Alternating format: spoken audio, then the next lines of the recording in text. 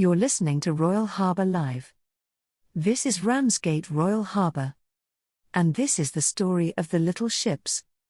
In May 2026, this view will change. More than 25 Dunkirk little ships are due to gather here. Some are expected in from Friday the 15th of May. The main commemorative programme runs from Friday the 22nd to Monday the 25th. Selected vessels will be open for timed visits across the weekend. And along the quayside, 338 life-sized silhouettes will stand in remembrance of the men brought away in 1940. But before that weekend arrives, this is where the story begins. Not with the crossing. Not with the beaches. Not even with the order to evacuate. It begins with this harbour. At first glance, a harbour can seem like scenery. Stone. Water. Boats. Railings. Sky. But a harbour is never only scenery. It is a decision made in masonry. It is an answer to wind, tide, danger and distance. It tells you what a town had to survive. What it traded with. What it feared. And what it hoped for. And that is the first thing to understand about Ramsgate. The harbour you are looking at now was not simply built for pleasure. Long before the modern marina, long before the cafes and the walkers and the holiday photographs, this was a place shaped by the sea's bad temper and by England's need for refuge. Ramsgate began as a much smaller place than the town we know today. For centuries it was a coastal settlement shaped by fishing, farming and sea trade. The sea was not a backdrop to life. It was the road, the workplace, and the risk. The decisive change came in winter. On the 16th of December, 1748, a violent storm struck the Downs. Ships tried to escape. Ships needed shelter. And Ramsgate provided it. Lives were saved. And after that storm, something changed. The idea of a proper harbour of refuge here began to take hold. Not a small harbour. A serious one. A place where ships in danger could get under protection. Work began in 1749. But this was not quick. It was not simple. It became a long, stubborn, complicated engineering effort that lasted decades. Because building a safe harbour here was not easy. The sea fought back. Silt clogged the basin. Water movement had to be understood, not just resisted. And this is where one of the great names in British engineering enters the story. John Smeaton. His solution was simple. And brilliant. Use the sea itself. Let the harbour fill at high tide. Then release the water to scour the basin clean. So this harbour is not just walls holding water back. It is a system. A machine. Built from tide and stone. That matters more than it seems. Because in 1940, this harbour would once again depend on movement. On flow. On getting people in. And out. Quickly. By the late 18th century, Ramsgate had already become something much bigger than a local harbour. It had been tested. Improved. Strengthened. Because this stretch of coast demanded a refuge. And long before Operation Dynamo, Ramsgate had already learned how to matter. If you're just joining us, this is Ramsgate Royal Harbour.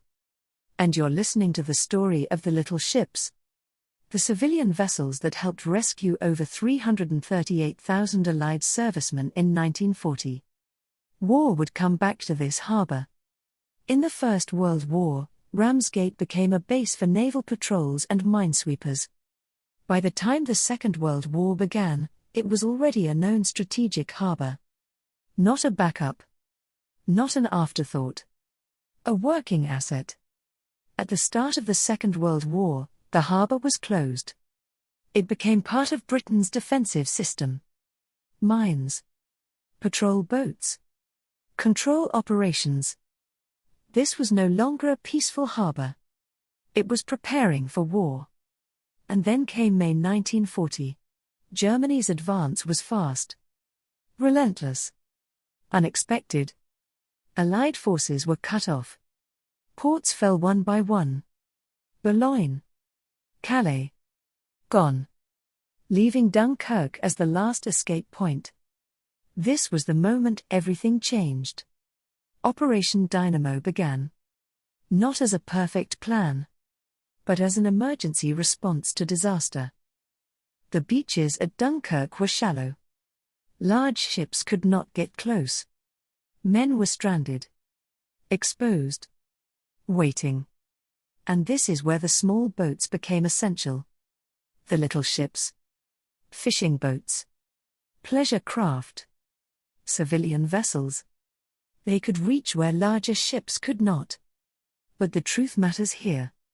The rescue was not just the little ships. Large naval vessels carried the majority. The East Mole became a lifeline.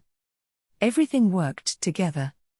Navy, merchant ships, small boats, air cover, and receiving harbours like Ramsgate. And this is where Ramsgate's role becomes clear.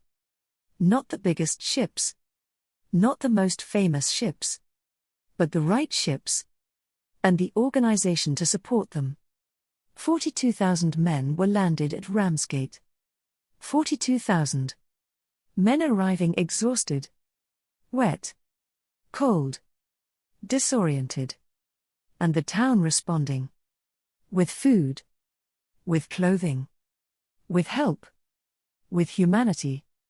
Ramsgate was not just infrastructure. It became a place of reception, a place of return.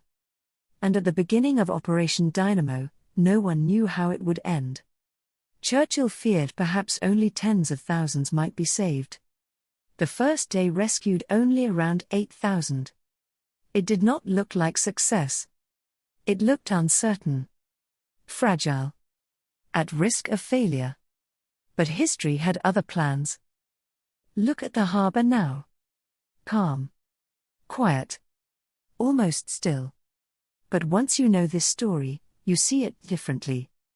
These walls, these piers, these waters, they were ready.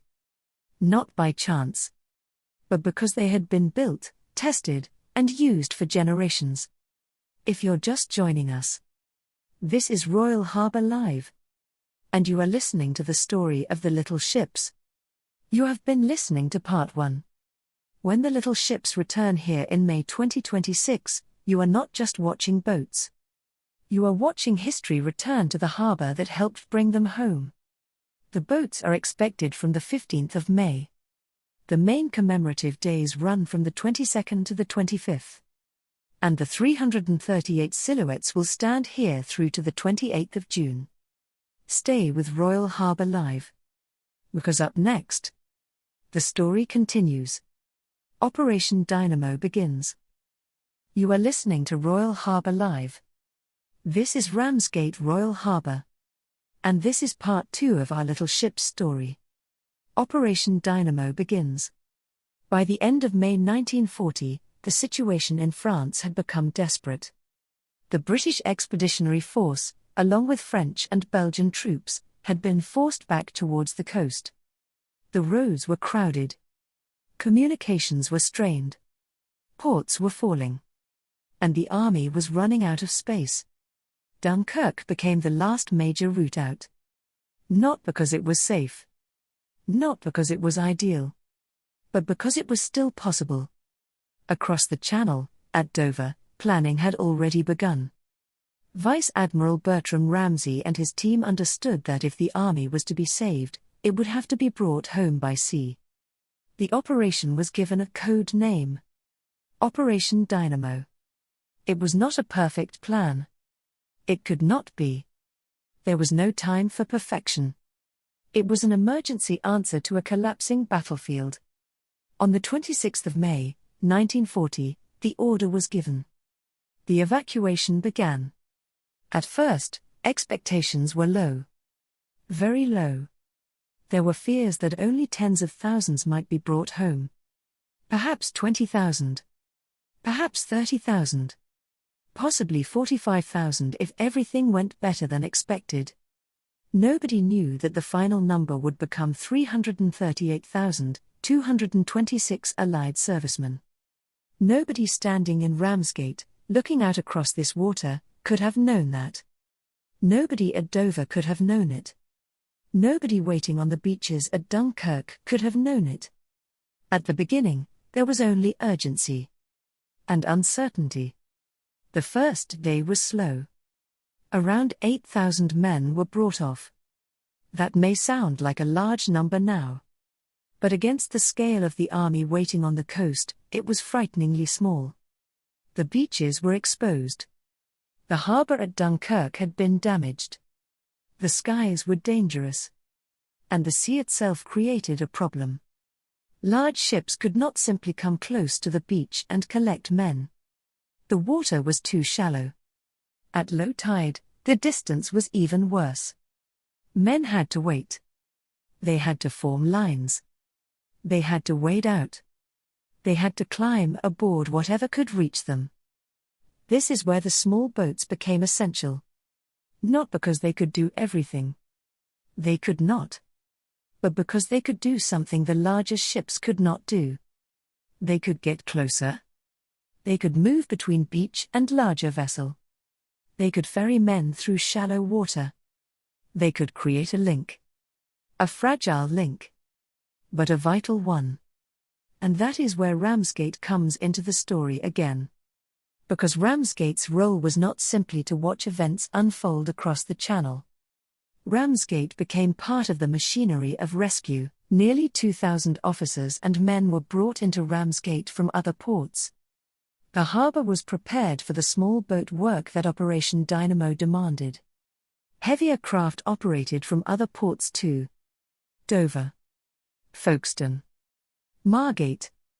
But Ramsgate had a special part in the small boat side of the evacuation. That distinction matters.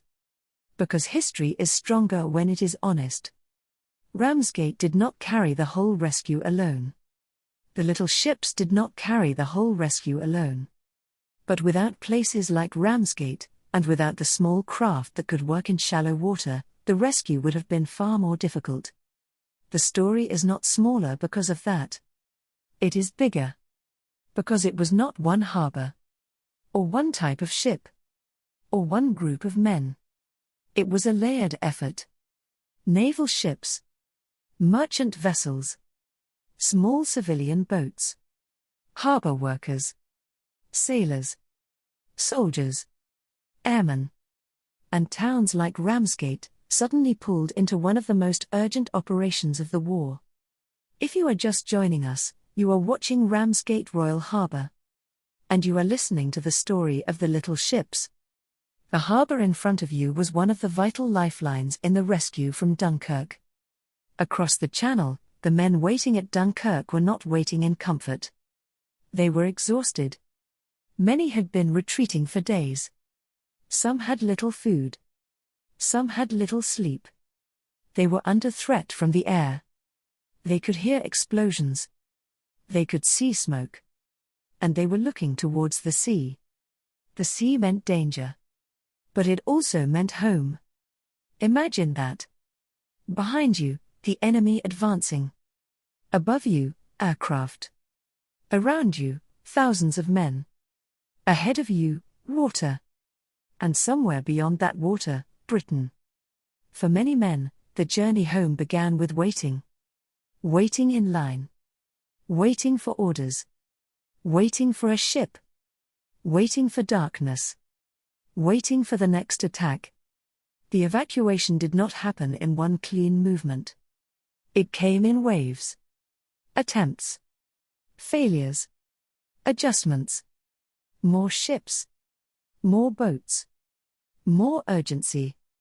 At Dunkirk, the East Mole became one of the most important features of the entire operation. It was not designed as a passenger pier. But it became a lifeline. Large numbers of men were taken off from there. Destroyers and other vessels could load more efficiently from the mole than from the open beach. That was crucial. But the beaches still mattered. And the small boats still mattered. Because men were spread out along the shore. Because shallow water remained a barrier.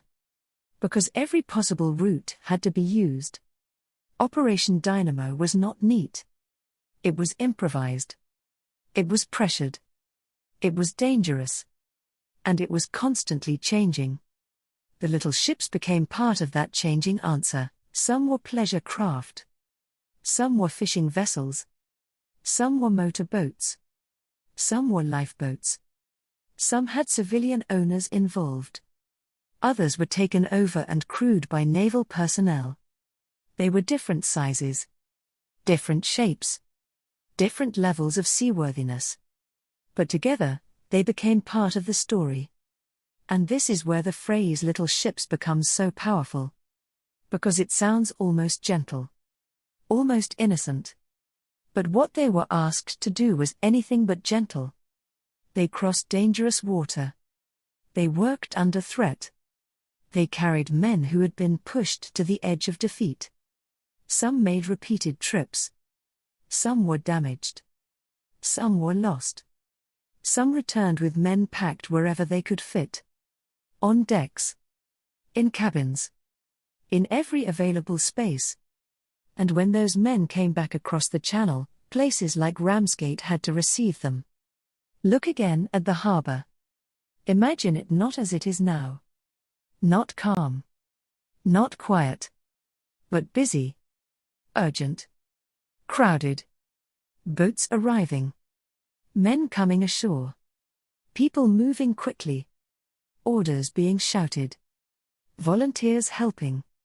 Food and clothing being gathered. The wounded needing care. The exhausted needing direction. This harbour became a place of arrival.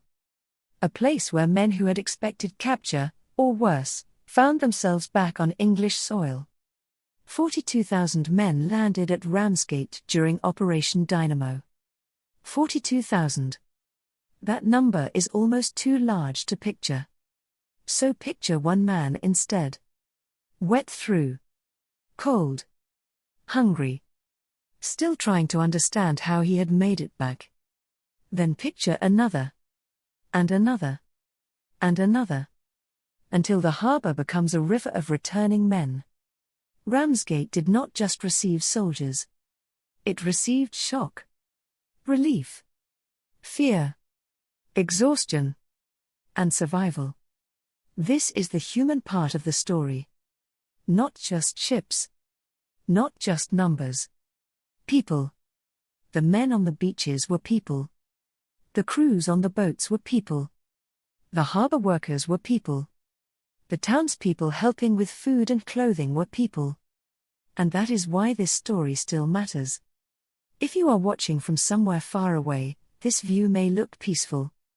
A harbour on the Kent coast. Boats. Lights. Water. But in May 1940, this water carried one of the great rescue efforts of the Second World War. And in May 2026, when the little ships return to Ramsgate, they return not as museum pieces alone. They return as witnesses. Wood. Steel. Engines. Ropes. Decks. All carrying memory. The event this May is not simply about looking at old boats. It is about remembering what those boats represent. Improvisation. Courage. Duty. Survival. And the extraordinary use of ordinary things. Because that is one of the deepest lessons of Dunkirk. Ordinary vessels became extraordinary. Ordinary harbours became vital. Ordinary people found themselves part of history. Operation Dynamo continued. More vessels were called in. More men were brought off. The number rose day by day. What had first looked almost impossible began to change shape. The rescue was still dangerous. Still uncertain. Still incomplete. But it was growing. The first day had brought around 8,000 men. Then more came. And more. And more. With each crossing, the chances improved. With each ship loaded, families back home gained hope. With each arrival at ports like Ramsgate, the impossible became slightly less impossible. But this was not victory in the simple sense. The army had lost equipment. France was still collapsing. The war was far from over. The men had escaped, but Britain now faced a darker future. That is why Dunkirk must be understood carefully. It was not a triumph over the enemy. It was a rescue from disaster. And yet, rescue matters. Survival matters. A nation keeping its army alive matters. Without the evacuation, Britain's future in the war would have looked very different. The men brought home from Dunkirk would become part of the country's continuing defense. They were not just rescued from the past. They were returned to the future. If you're just joining us, this is Royal Harbour Live. You are looking at Ramsgate Royal Harbour. And you are listening to part 2 of our little ship's story. Operation Dynamo has begun.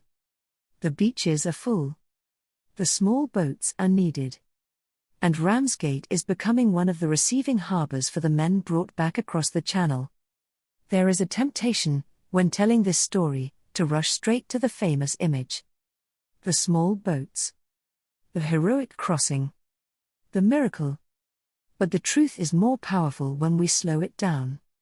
Because before it became legend, it was confusion. Before it became memory, it was fear.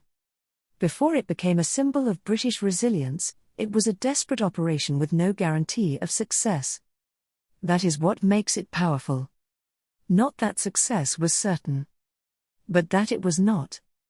The men who crossed from Ramsgate and other ports did not know they were entering a legend.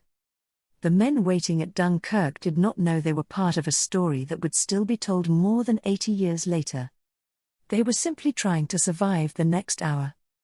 The next tide. The next crossing. The next attack. That is the truth beneath the legend. And when the little ships return here in May 2026, that truth should come with them. Not as noise. Not as spectacle only. But as remembrance. The harbour will be busy again. Music. Markets. Visitors. Families. Photographs, people walking the quayside. Children seeing the boats. Older people remembering stories they were told. And somewhere underneath all of it, the deeper memory remains. This was a harbour that helped. A harbour that received. A harbour that mattered. As part 2 comes to a close, Operation Dynamo is no longer just a plan. It is moving. The ships are crossing. The boats are working. The beaches are waiting. And Ramsgate is no longer simply ready. Ramsgate is involved.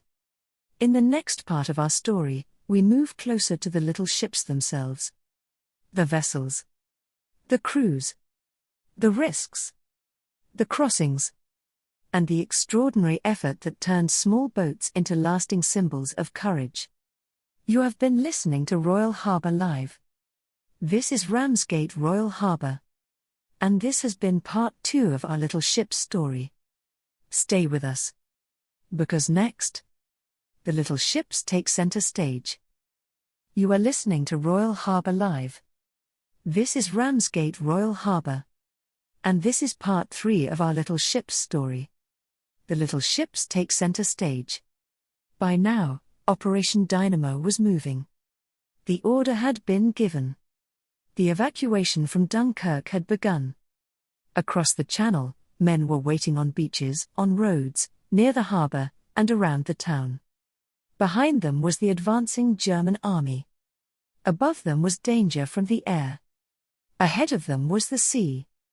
And across that sea, on the English side, harbours like Ramsgate were becoming part of the rescue. Not as scenery. Not as background. But as working places in a national emergency. The rescue needed large ships. It needed destroyers. It needed merchant vessels. It needed naval command. It needed the East Mole at Dunkirk. But it also needed something smaller. Something that could move where deeper ships could not. Something that could come close to the beaches. Something that could act quickly in shallow water.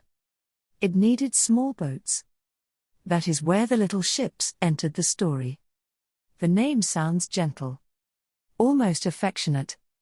Little ships. But there was nothing gentle about what they were being asked to do. These were not all warships. Many were ordinary vessels from ordinary lives. Pleasure cruisers, fishing boats, motor launches, lifeboats, river craft, sailing barges, workboats, boats built for weekends, for rivers, for fishing grounds, for local trade, for harbour work. And suddenly, they were being drawn into one of the most dangerous operations of the Second World War. Some crossed with their owners. Some were taken over and crewed by naval personnel. Some were handled by men who knew every sound their vessel made. Some were handled by men who had to learn fast. There was no single little ship story. There were hundreds of them. And that is what makes the story so powerful. It was not one heroic boat. It was many. Different shapes. Different engines. Different crews. Different risks. All pulled towards the same purpose. If you are just joining us, this is Royal Harbour Live. You are looking out across Ramsgate Royal Harbour. And you are listening to the story of the little ships, the small vessels that helped connect the beaches of Dunkirk with the larger ships waiting offshore. To understand why they mattered, picture the problem. The beaches at Dunkirk were wide and shallow. At low tide, the water pooled far away from the sand. Large ships could not simply come in and collect men like passengers at a pier. They would run aground. They would be exposed. They would be targets. So the men waited. Some stood in long lines. Some waded into the water. Some tried to reach boats under fire, and the small craft became a bridge. Not a bridge of stone. Not a bridge of steel. A moving bridge.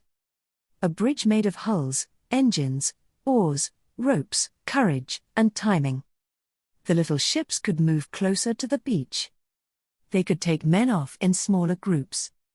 They could ferry them out to larger vessels. And sometimes, they could carry men all the way back across the channel.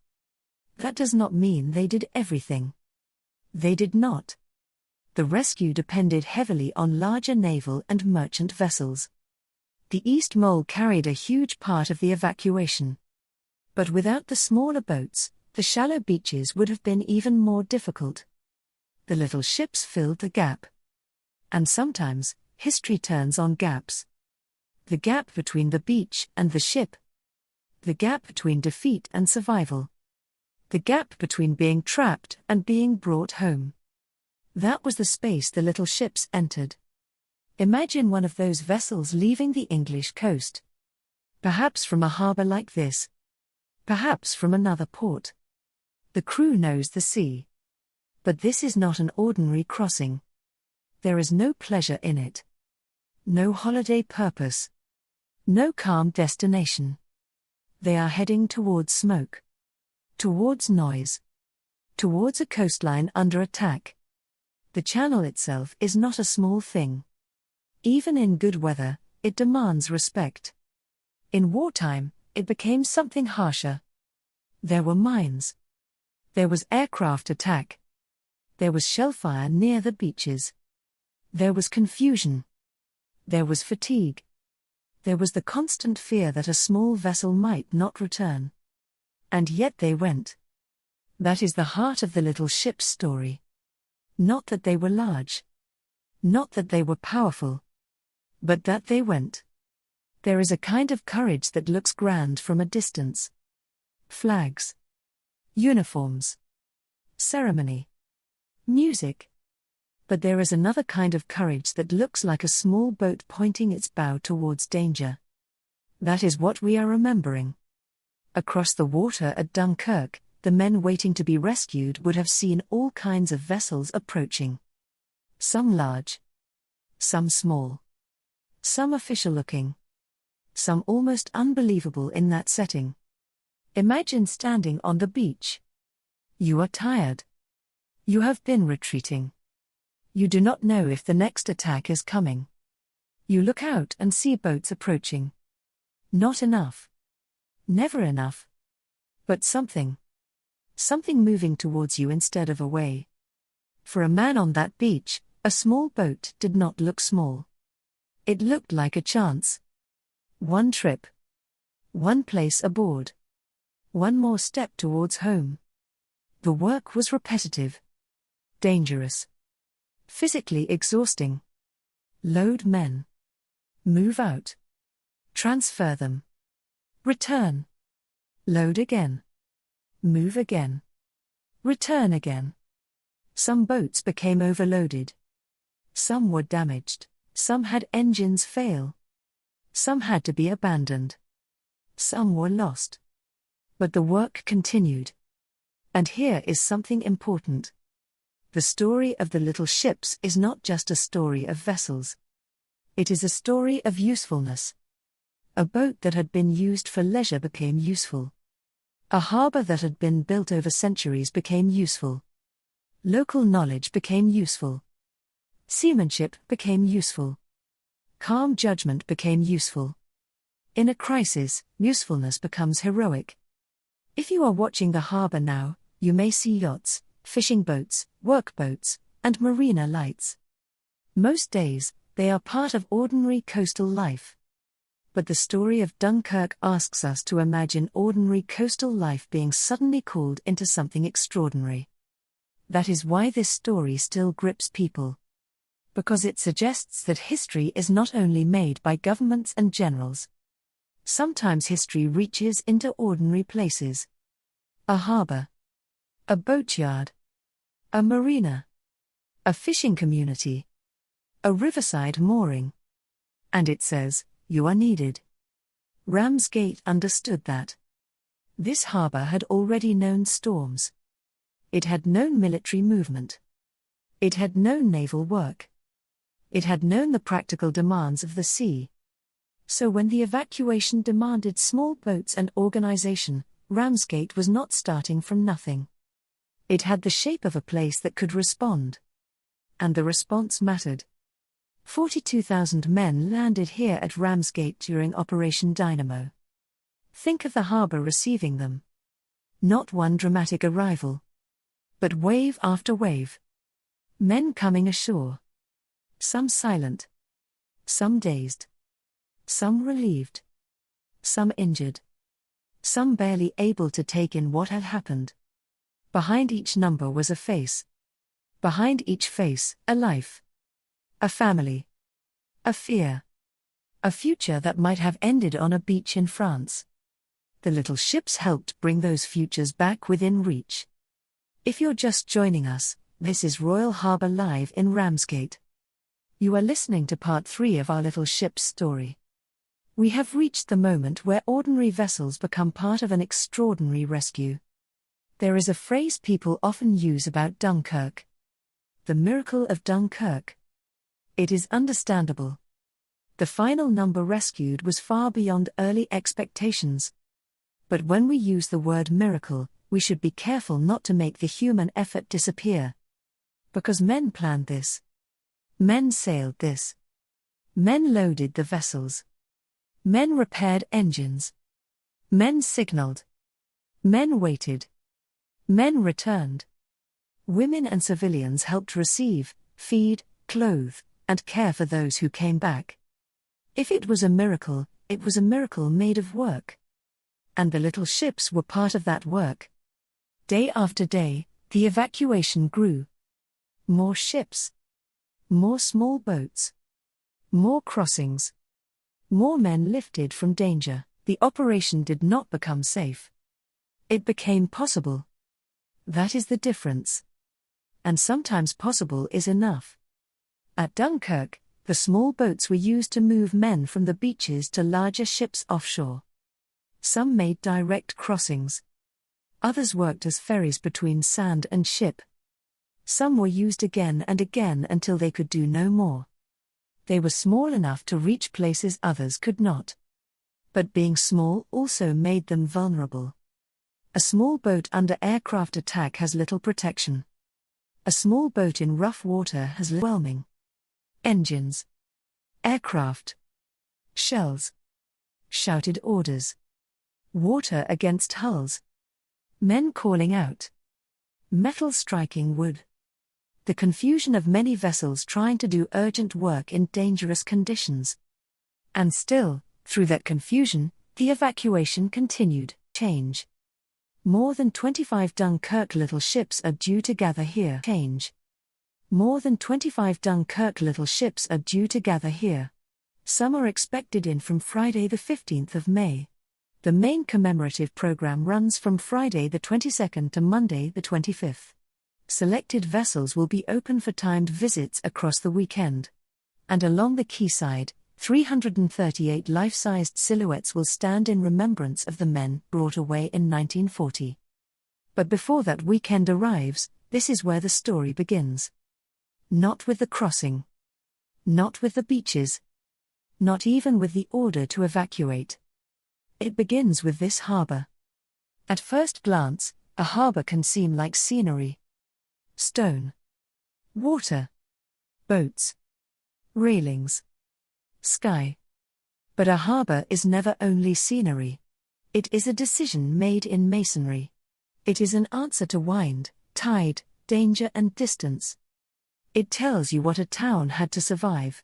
What it traded with. What it feared. And what it hoped for. And that is the first thing to understand about Ramsgate.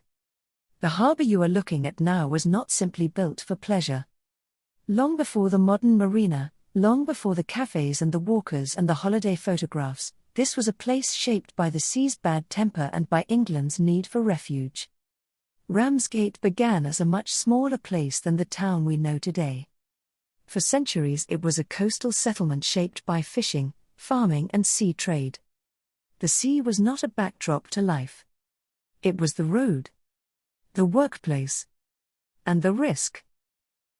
The decisive change came in winter.